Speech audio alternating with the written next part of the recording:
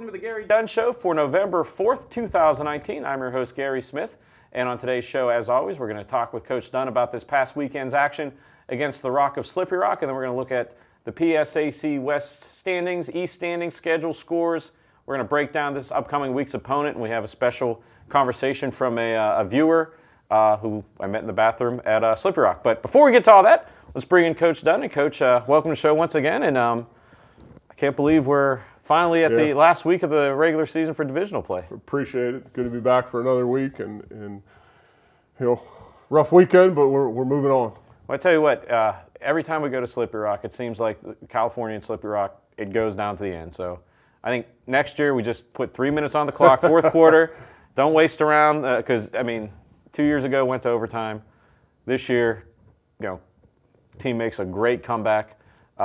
And Slippery Rock comes down the field just with an impressive drive to field goal at the end. But literally, I don't think anybody on either side of the bleachers was sitting in the final 7 minutes of the game. It was just an unbelievable game. Great college football game. Days like today, wish I was one of the folks up in the stands watching it, right? But it was a good college football game. I talked with some of the coaching staff about it. Both teams battled, both teams competed. There were swings in the game, there was big plays, there was different things. But it's just good college football. Two really good football teams going at it.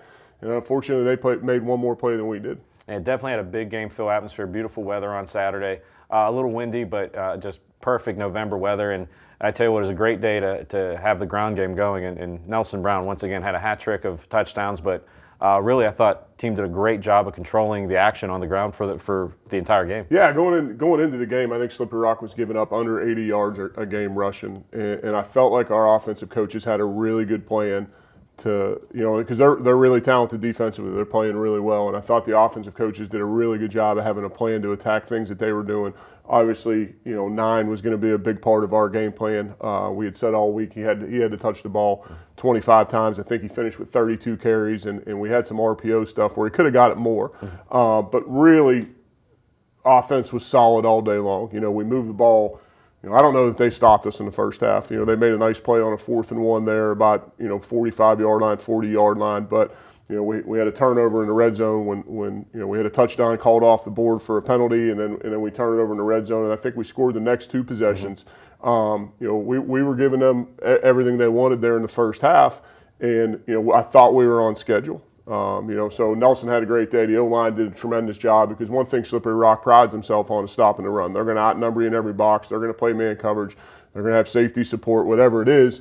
And to be able to run it into that front consistently all day long, I was happy with that effort. Yeah, definitely. It was one of those things when we were looking at the halftime stats, we knew coming into the game we had to tell the tape just what they do on the defensive side, and you saw the offensive numbers. And it's one of those things, if you're sitting in the stands, you can kind of get a feel for a game. But when you see, because you know that your team was moving up and down, but to see it backed up with the numbers against a team that has historically this year been stingy on defense was just impressive. And it was great seeing Noah Mitchell coming out. He banged up last week coming out and really didn't miss a beat in that first half. Yeah, Noah's a tough kid. Very limited practice reps all week. If you'd asked me last Sunday and Monday if he was going to play, I was going to tell you no. But he committed himself. Our trainers, Scott and Jimmy, did a tremendous job of devoting time to him, and that's what Noah's about. He stays here all summer and he prepares. He's in the office as much as anybody preparing. Spent a lot of time in the training room preparing, and I have all the confidence in the world in Josh Dale, our backup quarterback, but Noah's the starter. And as the week progressed, he was able to practice some on Wednesday, was able to practice on Thursday, practiced on Friday, and we said we're going to go with Noah, and he played well. He gave us a chance in the pass game. They're obviously in the run game and pass game. There's things that we left out on the field and some mistakes that we made that cost us. But you got to tip your cap to Noah too. He's a guy that it means an awful lot to him. Well, it was pretty cool in the stands because we were on the visiting side this week producing the game, but your team warms up typically with the red shirt. So unless you're right on the field, it's kind of hard to see who's warming up. So you really didn't know what was going on. Everyone's like, is Noah going to play? What's going on with the quarterback? But then whenever your team comes out and you see him warming up, there was a visible and audible buzz that went through the crowd. Yep. And that was in the crowd. I could imagine for the team seeing one of the captains, coming back going through what he went through. That had to be a little bit of a pick-me-up for the entire team. Yeah, and that's what Noah told us is these guys voted me team captain, and I'm going to do everything I can to get out on the field. And he played well. He gave us an opportunity. And defensively and special teams-wise, both units did a great job getting Cal back into the game because, there's points Slippery Rock went up 2 touchdowns, come back, defense forces a turnover.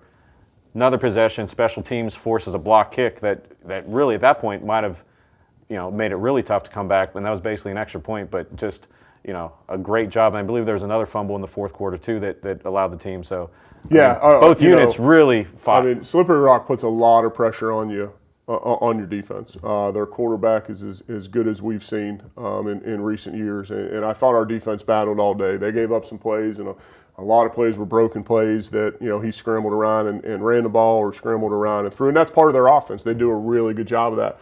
But, man, our defense kept battling all day long. It was a little rough going early, but once – and that's typically I get a feel for that with our defense. They're going to get it right. They're going to play with great effort. They created some turnovers. They created some field positions. And then special teams played, well all day. We put a lot of time into special teams. Coach Wilson does an incredible job, and we've been building for a day like that. We block kick. We had a big punt return. We had a couple big kickoff returns.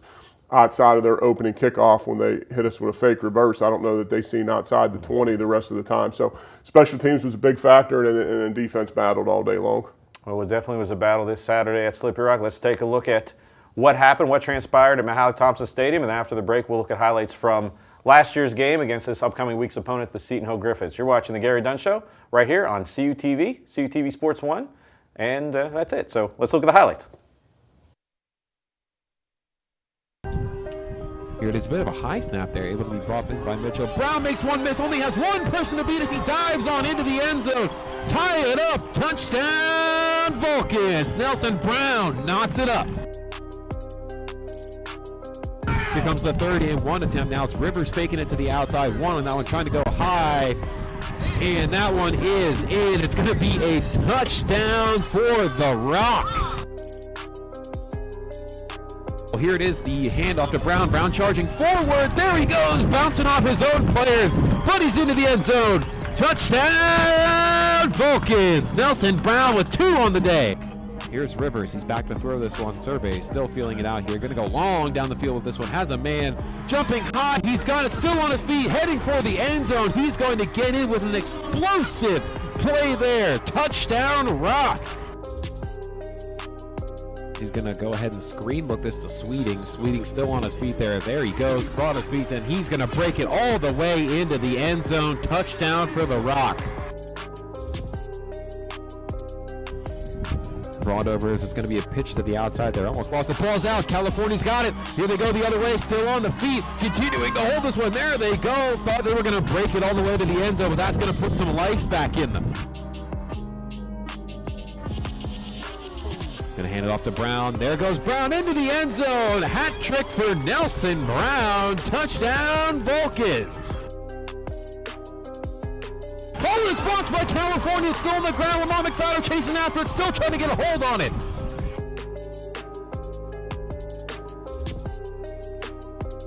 Dale dropping back to throw. Surveys. There he goes. Heading for the end zone. It's Jaquay Jackson into the end zone. Touchdown, Vulcans. Hold is down, and it is almost blocked, but Slippery Rock wins it, and they escape at the last second.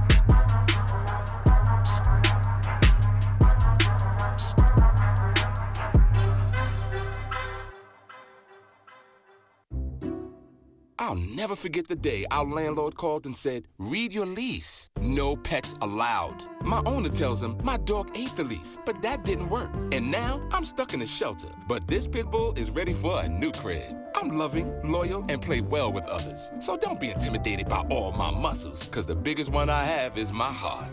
That's right, I said it.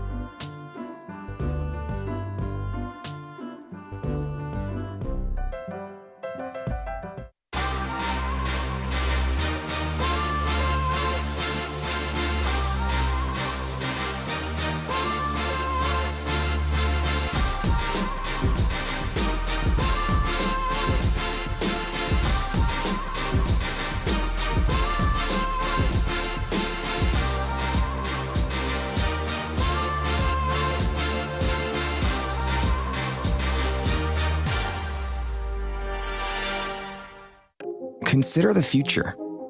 Your future. At California University of Pennsylvania, you can build your life your way because we believe in you. We invest in you, empower you to create the future you envision. We give you the tools and teaching so you can rise up and achieve. Don't settle for someone else's vision of you. Build you at CalU. Visit us at calu.edu.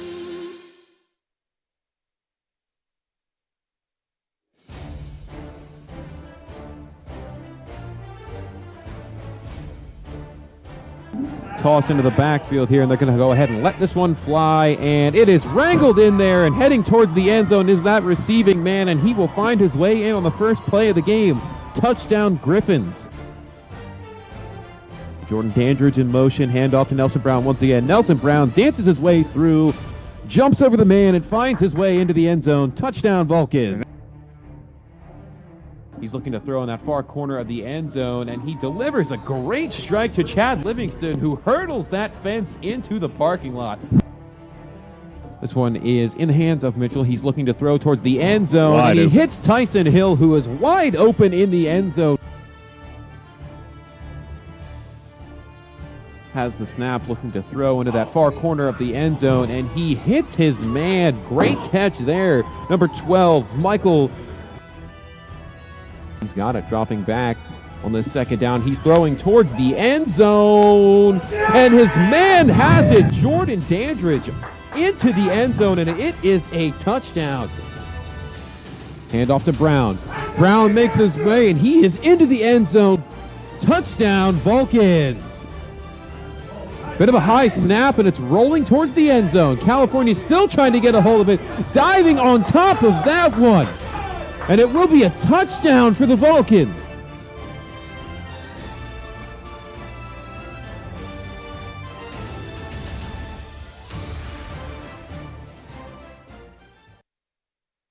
And welcome back to the Gary Dunn Show. Right there you saw highlights from last year's game against Seton Hill at Offutt Field. And since the game this year is at CalU, I'm going to hold my obscure fact about Offutt Field till next year's coach's show. So you're going to have to tune in for every episode to the Gary Dunn Show 2020. But that's 12 months in the future. Let's talk about Seton Hill. We were talking off camera, Coach. New coaching staff comes in there, and they've been playing some pretty good football. The last couple, I think they've won 2 of the last 3 games, and they do a lot of stuff. New coaching staff's doing a really nice job. Kind of got the guys believing, kind of probably changed the culture a little bit. They got them playing extremely hard. You know, defensively, they're a lot different than anybody we've seen. They line up in what we consider a bear front. You know, they'll have 3 down linemen and then really 4 or 5 linebackers, safeties, you know, all crowding the ball. They're similar to Slippery Rock as far as man coverage, play a lot of man coverage, outnumber you in the box and try and say you're not going to run the ball. But got some really good athletes. The free safety is probably as good as anybody in the league. Got some good linebackers, a couple kids coming off the edge. Talented group, you know, that you can see they're getting better every week. You know, they were able to beat Mercyhurst and Gannon back-to-back weeks and then dropped one this week to IUP. But you can see from the beginning of the year, and it's funny, we exchange all the film. So when we're watching Slippery Rock, we're watching them versus Seton Hill. You can see the improvement that they're making defensively each week, and they've got big play capability. They create a lot of turnovers, and it's going to be a test because it's a little bit different for anything that we've seen so far this year. And on the offensive side of the ball, it seems like Seton Hill always is, and we saw the highlights It doesn't matter who the coaching staff is. It seems like there's always a couple trick plays you got to watch out for, something crazy. On the offensive side, do we have to watch for? Yeah, really good quarterback. You know, I think everything they do kind of revolves around him. They've got a couple real quality receivers. And in fact, a young man that 2 years ago here, I don't know that we covered him that day. He had an unbelievable performance against us here 2 years ago, and I believe he's a senior now. But they throw it around, they sprinkle in the run game enough to keep you honest. But then you talk about trick plays. I've seen a ton out of them this year: halfback passes, reverse passes, throwback passes. They do a little bit of everything to keep you off balance. But I think it all starts with the quarterback. A really good quarterback, two really good receivers, and then some really nice complements to that. And then they're going to try and run the ball as well. So it's going to be a test for us. So we've got a drop last week. We can't get it back. And we got to move on and have a great workout today and get ready for a team that's playing. You can see them getting better every week. And not only that, I mean, they're a team that's better. They're a team that's improving. They're the next team on the schedule, but they're in our backyard. I mean, it's basically Greensburg, California. That's a short little drive, and that's got to be a little interesting because really, when we're on the show each week, for years it was IUP and Slippery Rock were the closest two teams, about an hour and a half, hour 45. But Seton Hill literally is in the backyard, and there's a little more juice whenever you're playing your neighbor. Yeah, 35, 40 minutes down the road, and a lot of our guys know their guys, and so it's a great. We talk about it every week. They're all rivalry games. I treat them all the same. But yeah, it's close. Your next door neighbor, and we're going to play at 4 o'clock on Saturday. Yeah, and that's a change. So for all you Vulcan fans, the game is at 4 o'clock. So if you're used to coming and tailgating and being at the stadium at 1 o'clock, you can still tailgate at the same time. You just can't get in the stadium. Kickoff will be at 4 o'clock. And before we look into wrapping everything up, let's take a look at this last week's schedule, or last week's scores, standings, schedules, and all that fun stuff throughout the PSAC East and West. We're going to start with PSAC West scoreboard. You see Slippery Rock, Kyle, and then Seton Hill at home against IUP, losing 50-23. The battle for the Niagara Cup at Mercyhurst. Mercyhurst beats Gannon 28-7. And then Edinburgh and Clarion, both teams that are kind of going in different directions. Clarion started hot and seemed to have cooled off, and Edinburgh started cold and has seemed to be heating up towards the end of the year. Edinburgh gets the win 27-20. And let's go over the PSAC East. And, Coach, as a lot of people know, I'm prone to having at least one or two typos on any scoreboard or graphic. But there's a score on here, we'll get to it, that's not a typo. I checked it 4 or 5 times. But the big game out east this week was Kutztown-Westchester. Kutztown clinching the PSAC East with a 30-17 win over Westchester. Bloomsburg and Millersville. Shout out to Colin Kirkwood, who's high school. Millersburg won the District 3 single A title this past weekend. But Bloomsburg beats Millersville 26-21. Shippensburg over Lock Haven 65-32. And then Shepherd over East Stroudsburg, one of the highest scoring games anyone can really think of, 76-34. And I feel bad for the official scores in that game because that's a lot of numbers. That's a lot of points right there.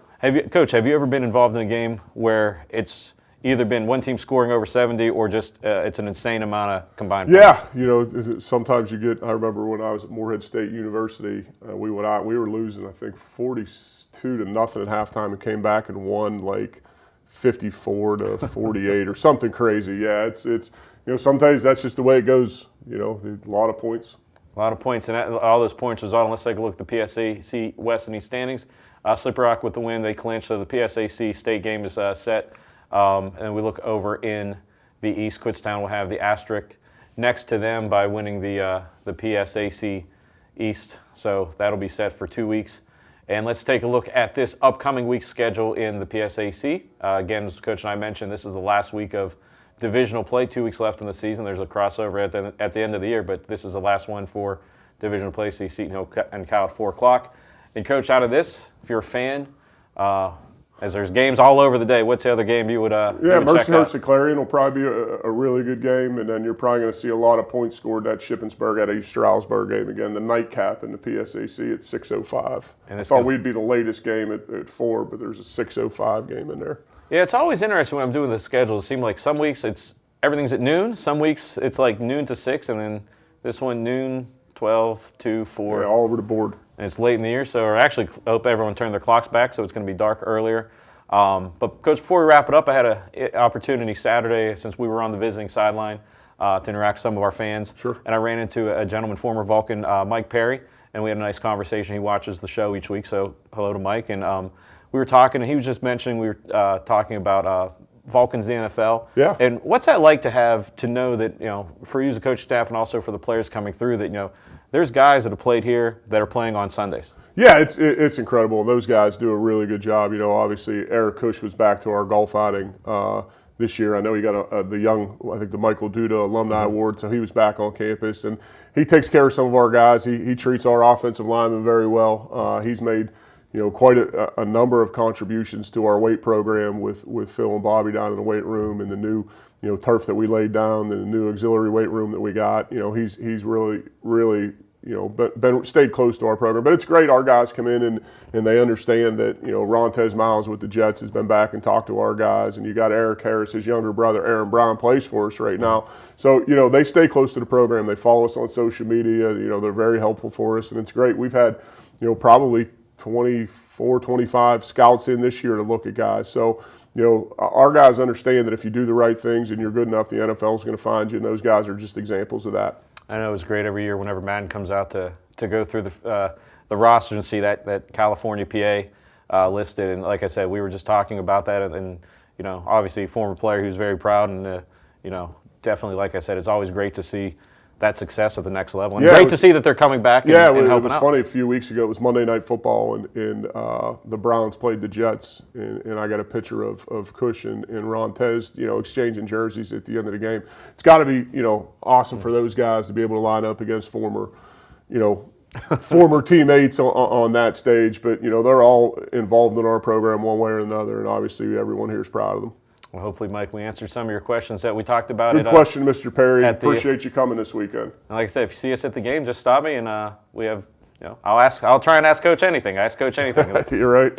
But that's it for this week. Once again, Saturday, 4 o'clock at Adamson Stadium. Like I said, you can start tailgating in your normal time. Just know the game doesn't kick off till 4. Big game, last home game for the year, senior night. And really, Coach, how special is that for you as a coach to see, these seniors? What's it like to see the seniors playing their last home game at Adamson? It's not good. I told President Jones a little while ago, I'm the only guy on campus that doesn't like graduation. That's kind of the goal is to get these guys graduated, and I obviously do want them to finish their academic careers, but sure would like to have some of those guys, for another year. But no, it's kind of a culmination of their work, and you see, guys that where they start when they come into the program and where they finish is incredible, and we're going to miss these guys dearly, but they've been a good group. This is one of the most enjoyable years I've had coaching. Just the guys and the makeup and the way they work and the way they go about their business. And Saturday was no different. But yeah, I don't like graduation. I don't like senior day much. I'd like to keep those guys here. I'm the same way. We got a good group of people that come in. You don't want to let them go. But do you remember your senior day? What was it like your last game? We played Westchester. Was interesting because we finished with Westchester next week. It's bittersweet. It's hard to realize that might be the last time that you put the pads on. So I know this. Our guys are going to continue to battle and fight, and you saw that this weekend. But there's not going to be any quit in our group. I can assure you that. We'll come on out this Saturday, 4 o'clock, Adamson Stadium.